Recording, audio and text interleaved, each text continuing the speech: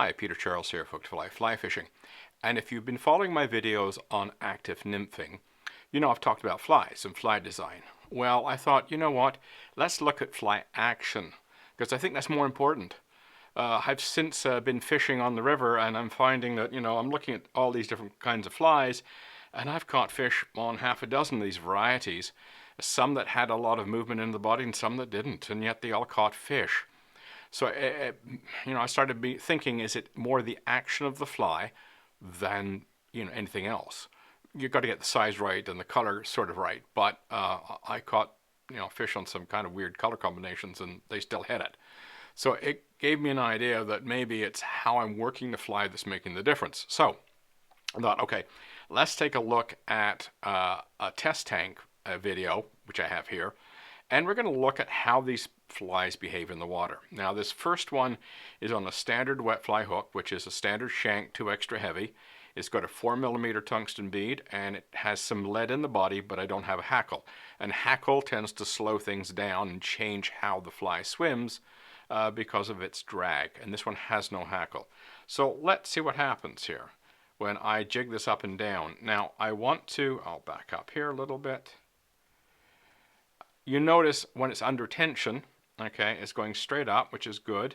And if I bring it down on reduced tension, as I drop this, I'll go back a little bit. If I let it go, it'll drop. But if I let it go, it drops very quickly. You can see that. And let's see what I do here. I should slow down any point here. Okay. If I go slowly so the fly is under tension, it drops tail first, which is not that natural. They go head first. So they go head first going up, they flip over and go head first going down. Is that really important? I think it should sort of look like what the real insect is doing. So this heavily weighted fly, as you can see here, that's how it drops when you're under tension, which is not the best. And it drops very, very fast. If you let it go without tension, it goes like a stone right down. So that's not good either. So having a fly that's super weighted and very little drag may not be the best solution for imitating this, but there's an exception. We'll get to it. So let's move along here to the next one. And this one is again on a wet fly hook with the same 4mm tungsten bead, but there's no lead, and I've added a hackle to it. So we'll see how that changes things. So it tends to drop more flatter when I drop tension on it. As you can see, it's going flat. So you back up here. So it tends to drop like that, which is a little bit better. Okay. Not having lead changes the center of gravity of the fly. Having the hackle adds some drag. So it is definitely falling a little bit more naturally. And if I take tension off completely, it doesn't go straight down. I'll back that up. It sort of goes straight down, but it's not going down quite like a rocket like the other one did. So as you can see, it's dropping nose first. Now see, reduced tension. Here's the beautiful thing. With reduced tension, it doesn't go tail down, sit down like this. It sort of goes flatter, which is not that bad. So we're going to do a bit of a speed test here. And I'm just going to step through this very slowly.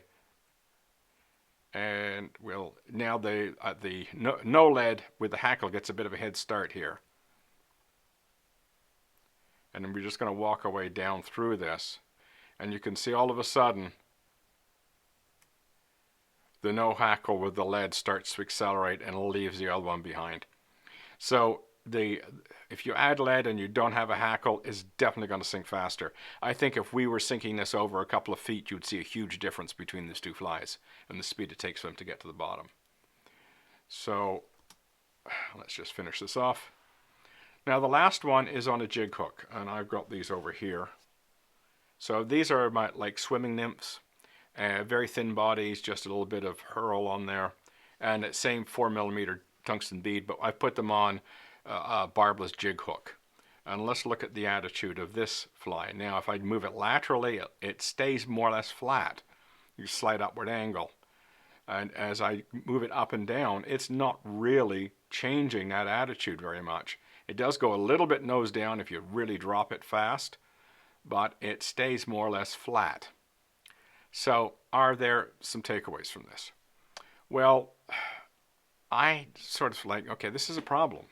It's not, none of these flies are behaving exactly the way I would want them to. And I'm thinking about different construction methods. I'm thinking, am I going to solve this with a construction method? And the answer is no.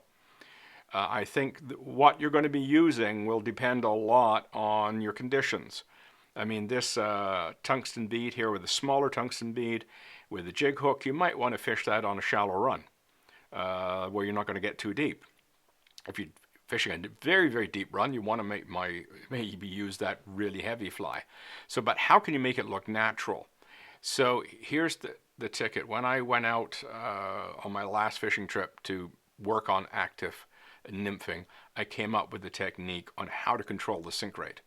So if you really wanted to get down fast or you wanted to really slow it down, you could. And see these here that have the lead in them, and these two have lead in them as well with the tungsten bead. When I fished those on a relatively shallow run, it's only about 2 foot deep with a bit of good speed, but not super fast, I kept them off bottom using this method. Or if I wanted to drop them real deep, I could, because I fished another run that was very, very deep, and I was able to get right down with them.